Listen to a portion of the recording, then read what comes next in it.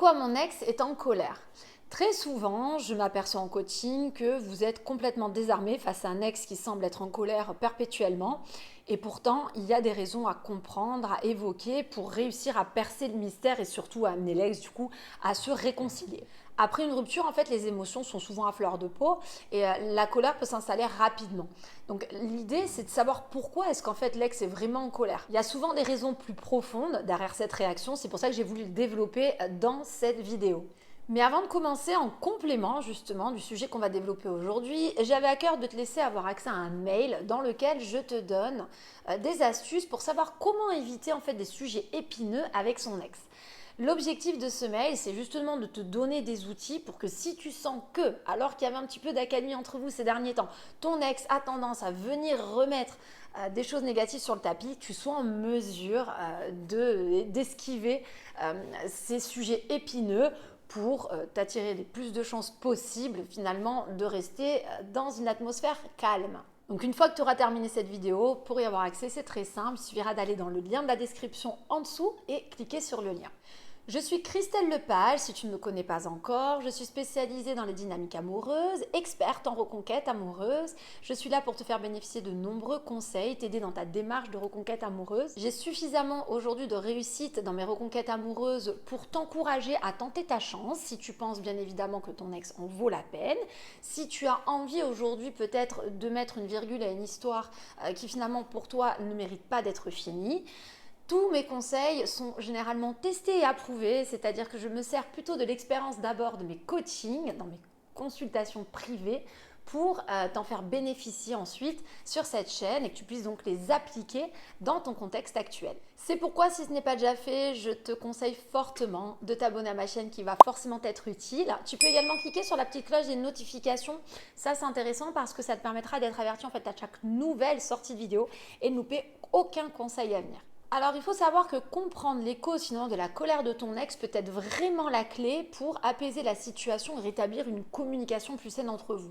Le premier cas de figure que moi je rencontre souvent dans mes coachings, c'est le sentiment finalement d'injustice qui donc met en rage ton ex. En fait, c'est quand les sentiments prennent le dessus et ça va amener ton ex à ressentir qu'il ou elle n'a pas été traité équitablement pendant la relation et peut-être même avoir l'impression d'avoir été tout simplement mis de côté dans la relation, pas écouté, peut-être même manquer d'attention, de respect aussi, au point de mal réagir quand aujourd'hui, une fois que la rupture finalement est actée, tu surréagis en voulant sauver ta relation.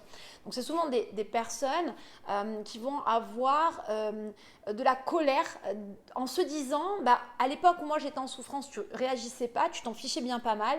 Et là aujourd'hui, ça y est, d'un coup, tu commences à te rendre compte que les choses n'allaient pas et tu es prêt à me promettre monts et merveilles pour sauver la relation. C'est un peu facile. Donc là, ça peut se traduire par des reproches ou des comportements distants et froids, des reproches souvent réguliers. Ce qu'on me rapporte en coaching, c'est vraiment des personnes qui tournent en boucle, qui répètent tout le temps alors qu'on leur demande rien, les raisons qui ne leur allaient pas pendant la relation, les motifs de rupture. Et en fait, on se rend bien compte qu'il y a quelque chose qui est là, qui macère et qui a du mal finalement à s'apaiser. Donc dans un cas comme celui-là, la meilleure astuce que je puisse te donner, c'est de reconnaître cette perception d'injustice, même si tu ne la partages pas forcément complètement. C'est-à-dire qu'il faut que tu fasses preuve d'empathie et que tu montres que tu es en mesure de comprendre les sentiments actuels aujourd'hui de ton ex. Il faut comprendre que ce n'est pas parce qu'on comprend quelqu'un qu'on cautionne obligatoirement. Si demain j'ai une amie à moi qui, parce qu'elle est à cran au travail, rentre à la maison, dispute assez violemment sa fille en lui criant dessus, et que moi je ne suis pas du genre à faire ça avec mon enfant parce que par exemple je suis plus en mesure de faire la part des choses, eh bien ça ne veut pas dire que je ne peux pas non plus la comprendre. Donc dans notre discussion amicale, je serai tout à fait en mesure et de manière honnête de lui dire écoute, je comprends que tu regrettes de lui avoir crié comme ça dessus. Bon, après d'un autre côté, voilà, ce jour-là tu ne t'es pas tenu, tu as été débordé par tes émotions, tu as eu des problèmes avec tes collègues de boulot. Bon, et voilà, j'ai envie de te dire que voilà, tu as eu beaucoup de mal finalement à faire la part des choses. Ça ne veut pas dire pour autant que je cautionne et que je l'encourage et que je lui dis écoute, c'est tout à fait normal. Et à chaque fois d'ailleurs, tu auras des disputes ou des conflits professionnels, tu as raison, défoule-toi sur tes enfants. Donc là, c'est un petit peu la même chose. Tu peux tout à fait faire preuve d'empathie vis-à-vis de ton ex. Donc vraiment essayer de comprendre ses sentiments actuels sans pour autant tomber d'accord sur tout. Mais ta première étape va être vraiment de lui montrer que tu es capable de ressentir également ce que lui ou elle ressent à ton égard. Le deuxième cas de figure, c'est lorsque souvent il y a des douleurs non résolues. Alors ça, dis-toi que c'est le poison justement d'une reconquête amoureuse. C'est souvent lié à de la frustration, de la tristesse. En fait, ton ex ressent encore de la douleur liée à la relation passée, généralement. Donc c'est pas seulement de la colère, mais c'est aussi un mélange de tristesse, de trahison. On a ce type de sentiment pour des gens qui trouvent que c'est du gâchis aussi. On a des gens en colère alors qu'ils décident de rompre en expliquant que à cause finalement de la personne qu'ils a poussé donc à se séparer parce qu'ils n'étaient plus épanouis à leur côté, ils ne vont plus voir leurs enfants à temps complet, ils vont perdre leur maison. Et ça, souvent toi par exemple, tu peux avoir du mal à l'entendre parce que tu dis mais si dans ces cas-là tout ça ne lui va pas, pourquoi se séparer ? C'est bien la preuve que là aussi, on a des gens qui sont en mesure aussi de faire la part des choses, c'est-à-dire que l'amour ne fait pas tout, hein, la vie de famille non plus, que s'ils sont plus du tout épanouis, il va falloir mettre un terme à la relation.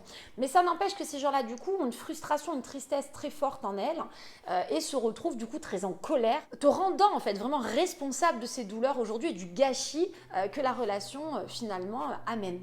Alors en quoi c'est un cas qui est quand même dangereux pour une reconquête amoureuse? Moi je le vois dans mes coachings personnalisés, c'est des choses qui me donnent un travail un peu plus difficile parce que tout simplement je sais que tant que ces émotions en fait elles ne sont pas abordées, tant que la colère persiste, elle va me bloquer en fait toute tentative de réconciliation. C'est pour ça que dans ces cas-là, j'encourage vraiment fortement le dialogue, je propose vraiment de parler de ce qui a peut-être été mal exprimé ou de laisser la parole à l'ex sans jamais chercher à se justifier. J'encourage mon coaché à parfois se taire donc et à le laisser exprimer le sentiment de colère qui est enfoui, de tristesse, parce que le but c'est de comprendre que l'ex a juste besoin peut-être de comprendre que tu ressens ses émotions plutôt que de chercher à te justifier par rapport à ce qu'il peut te reprocher. C'est dans ces cas de figure du coup qu'au moment où tu te sens accablé, il va plutôt falloir répondre des choses du genre « je comprends »,« j'entends ». Oui, c'est vrai, de ton point de vue, c'est vrai. Oui, je peux que valider ton avis.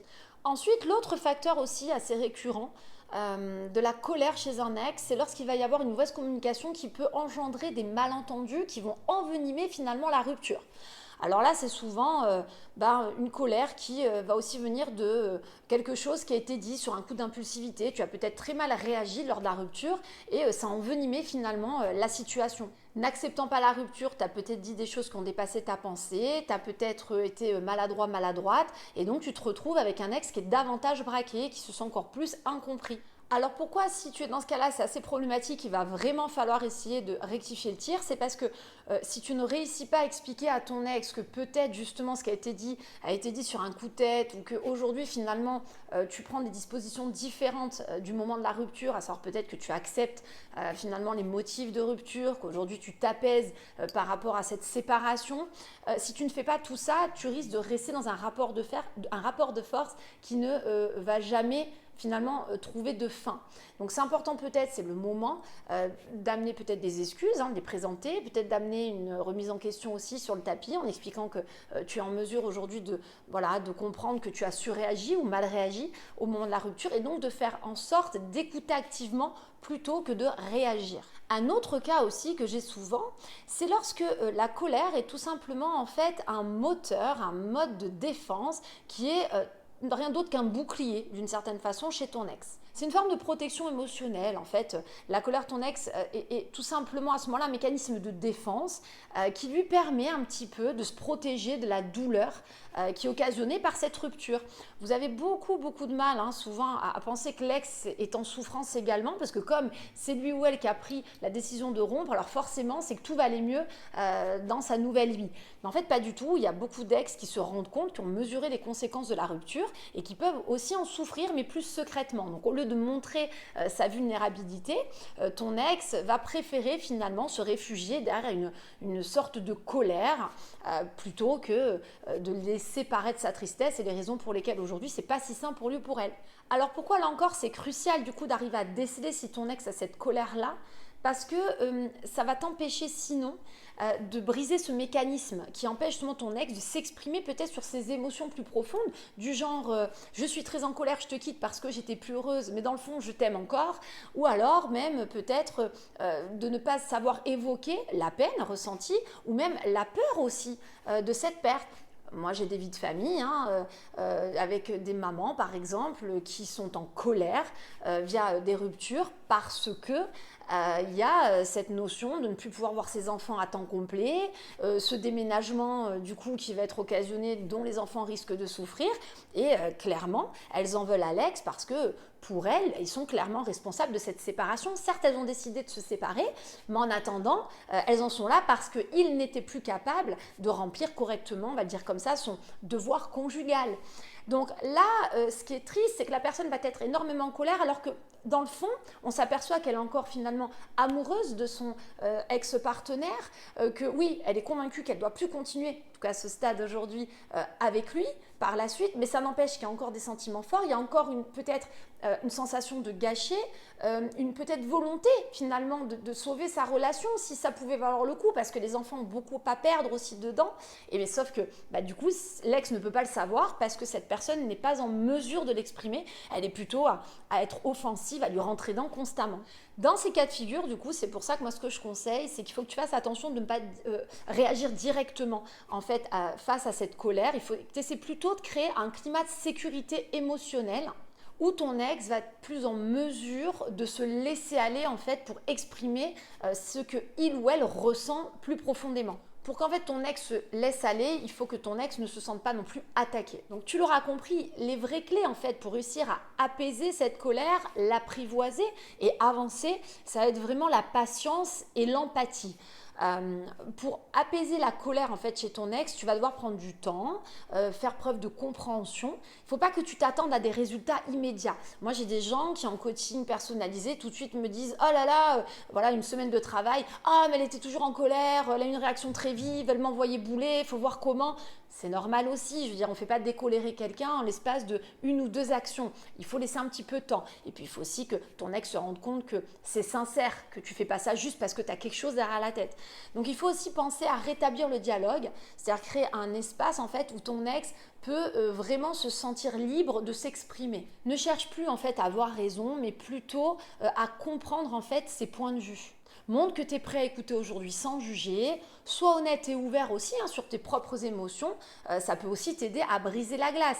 Ce que je veux dire par là, c'est qu'il n'est pas question non plus de te laisser tout le temps accabler, mais tu peux expliquer par exemple gentiment, écoute, j'ai vraiment compris tous tes points de vue, je ne peux pas aller contre ça parce que j'entends finalement combien tu as été blessé, je me rends compte que j'ai été blessant, je n'ai pas su me rendre compte finalement de la souffrance occasionnée, mais aujourd'hui c'est compliqué pour moi parce que ça fait partie du passé, et je sais que tu me le répètes tout le temps, mais je ne peux pas revenir moi sur le passé. Tout ce que je peux faire, c'est travailler sur l'avenir, c'est travailler sur moi, sur ces semaines qui vont passer pour être quelqu'un d'autre, pour finalement m'enrichir de cet échec avec toi.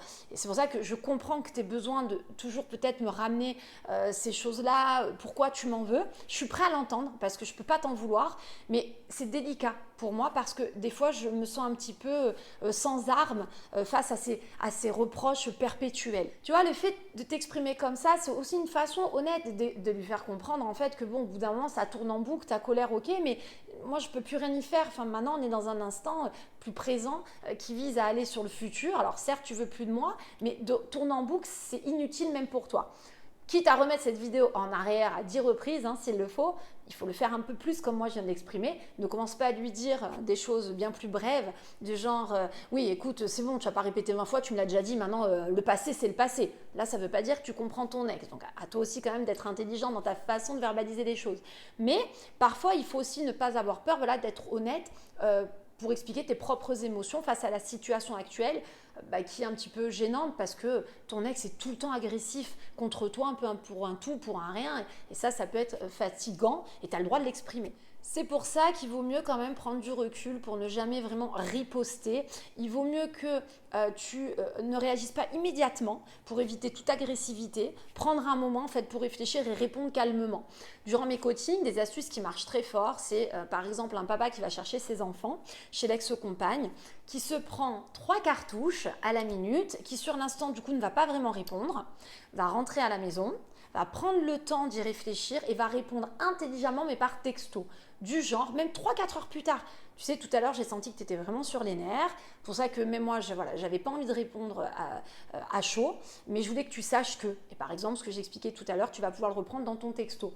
Le but aussi, que c'est même toi, le fait de redescendre, tu auras peut-être plus les mots, le vocabulaire approprié pour apaiser des tensions avec ton ex. Donc, c'est vrai que c'est important d'oublier le côté riposte, en fait, quand tu te sens agressé, parce que ça te mènera nulle part. Il faut quand même comprendre qu'aujourd'hui, tu ne dois pas alimenter le conflit si tu es dans la posture de quelqu'un qui veut récupérer son ex. Plus tu vas alimenter finalement la colère et plus elle risque de grandir. Donc au lieu de ça, reste quand même calme et pose-toi les questions peut-être pour mieux comprendre la source de cette colère. Tu peux commencer ton texto par, tout à l'heure, tu t'es mis à m'accabler. Je suis d'accord sur le fait qu'avec les enfants à l'époque, j'avais loupé plein de choses et que quand je te les ai ramenés, voilà, t'es parti un petit peu dans tous les sens parce que j'avais peut-être pas ramené les habits qu'il fallait, mais ça n'empêche que je t'ai ramené des habits propres cette fois-ci, j'ai quand même appris de mes erreurs précédemment et que la manière dont tout à l'heure tu as réagi me paraît peut-être un peu injuste étant donné tous les efforts que j'ai pu faire ces derniers temps. Là encore, c'est une façon un petit peu de rétablir les choses, mais tout en exprimant à ton ex que tu arrives à comprendre qu'aujourd'hui, elle se laisse par exemple encore dépasser par sa colère. Donc l'idée en fait, c'est vraiment de rester serein et de montrer que tu es capable de gérer la situation sans perdre ton sang-froid. Ce que tu dois vraiment retenir en fait, c'est que la colère, souvent, c'est simplement une surface en fait, où il y a des émotions qui sont non résolues. Si tu veux rétablir un lien, à ce moment-là, il vaut mieux vraiment être dans la compréhension, pratiquer ce qu'on appelle l'écoute active finalement, pour amener ensuite peut-être ton ex à s'apaiser et être en mesure du coup d'être ensuite à l'écoute te concernant. Et là, c'est vrai que tu auras beaucoup plus de chances finalement d'avoir quelqu'un qui va te décolérer pour ensuite entreprendre du coup une reconquête amoureuse. D'ailleurs, je te rappelle qu'en complément de cette vidéo, pour t'aider, je t'ai laissé la possibilité d'avoir accès à un mail dans lequel je te donne des astuces pour justement éviter les sujets épineux, pour vraiment faire languir en fait, pour faire en sorte d'avoir le moins de disputes possible entre vous. Donc comme il est très utile, tu vas voir, tu peux y accéder en cliquant sur le lien que j'ai laissé en dessous de la description de cette vidéo. Si le contenu de cette vidéo t'a plu, le sujet t'intéresse, que tu veux d'autres vidéos comme ça là, alors pense au petit like d'encouragement. Tu peux également t'abonner à ma chaîne si ce n'est pas déjà fait en cliquant sur la petite cloche des notifications, vraiment très pratique. Ça te permettra d'être averti en fait à chaque nouvelle sortie de vidéo. Tu recevras la petite notification. Et en attendant, moi je te dis à très bientôt pour toute la suite de mes vidéos.